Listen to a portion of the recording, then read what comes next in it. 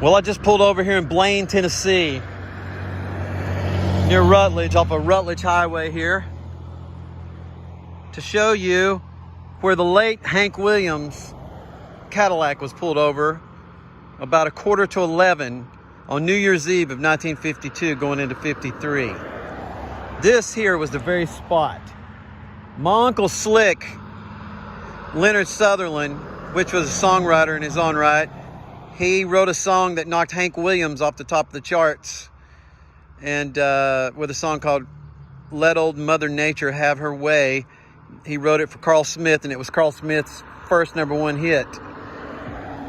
Well, this is the very spot that my uncle brought me to, and one of his best friends, Swan Kitts, was the deputy that pulled over the Cadillac that night. And it was right here in front of this building. Well, years ago, this was a 2-lane highway here, Rutledge Highway. And the Cadillac was coming from Knoxville, and he was swerving over the double line. And that's why Swan Kitts went back to pull him over, and he ended up pulling him over right here on this spot, according to my uncle and Swan Kitts. It was dark. He shined a flashlight in there and talked to Charles Carr, and told him why he was pulling him over. And he shined a light in the back seat, and he said, "Your friend looks dead."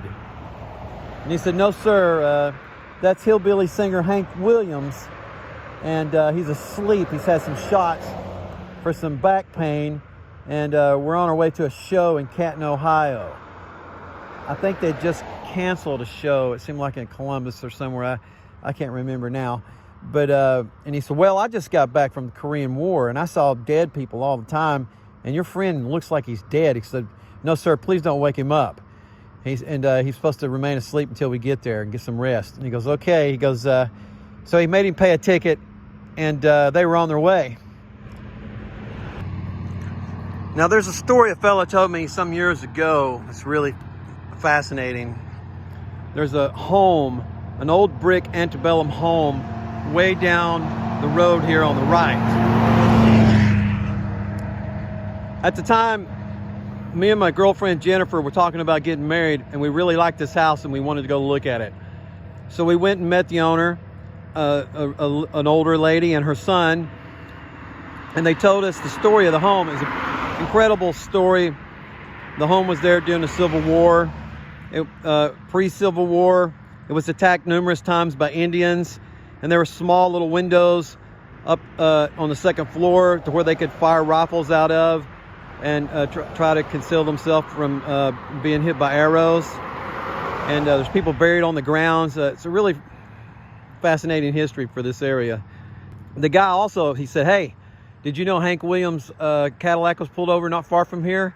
And I said, "Yes, I do know that. My uncle told me about that." And well, he said the same thing my uncle said, and the same thing that Swan Kitts said, that it was on this very spot right here at this building. And he told it another story that I don't think anybody's ever heard, really, except for friends and family of his. And he told me, and I'm going to tell you now, he said that night, New Year's Eve, his mother sent him out for flour.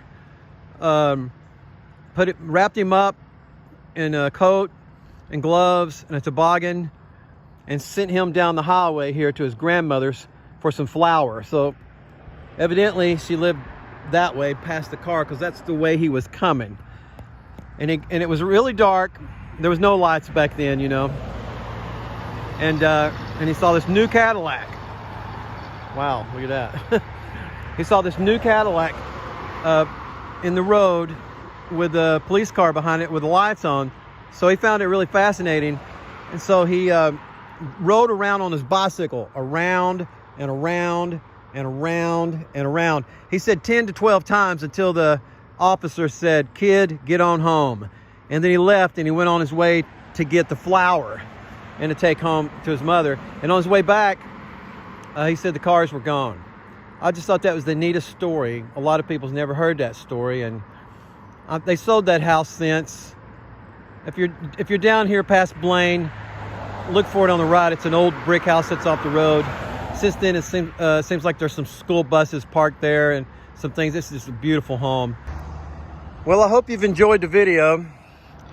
It's the truth, the way I see it, the way I've been told by my uncle, and through the guy who pulled the Hank Williams car over, Swan Kitts.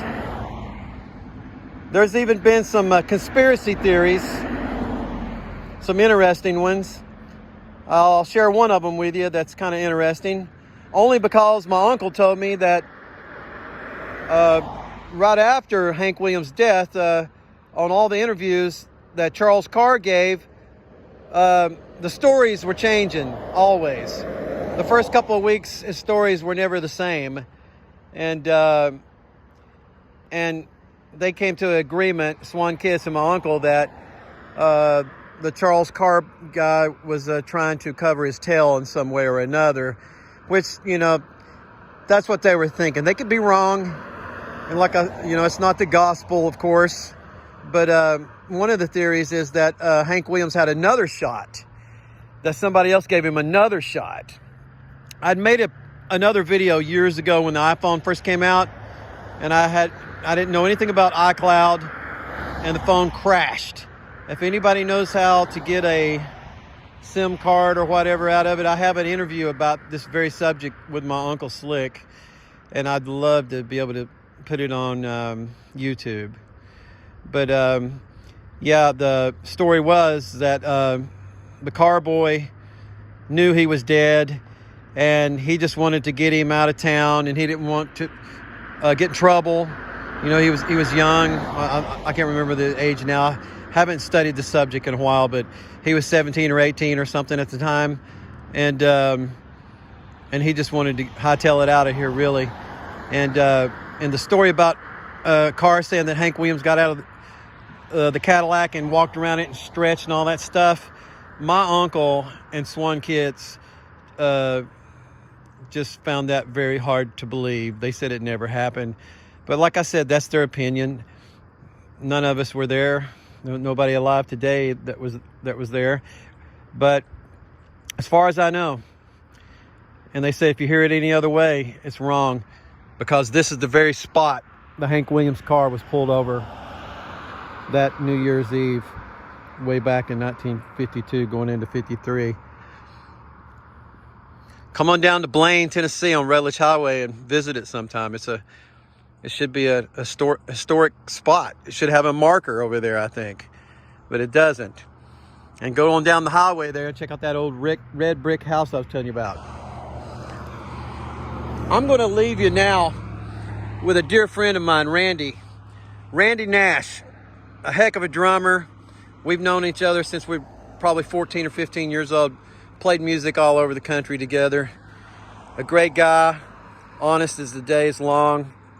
And he's going to tell you a story about his grandfather that worked in the service elevator at Andrew Johnson Hotel. And he saw Hank come into the hotel and check out of the hotel. So he's going to tell you what his grandfather said. And we'll leave it at that. And I hope you enjoyed it. Have a good day. God bless. My grandfather, Henry Bascom Nash, worked the freight elevator at the Andrew Johnson Hotel in Knoxville, Tennessee. And on this night, a car pulls up and two men get out, and they are helping a man by the name of Hank Williams to his room through the freight elevator. A few short hours later, they were helping him back down to the car, and they were literally carrying him, that he was unresponsive and his feet weren't even touching the ground as they carried him. The two men put him in the car, Mr. Williams, and the car drove off. And my grandfather said when they put him in the car, he slumped over, and he went to his grave saying that he thought Hank Williams was dead that night. And that is a true story from my grandfather, Henry Bascom Nash, who worked the freight elevator at the Andrew Johnson Hotel in Knoxville, Tennessee.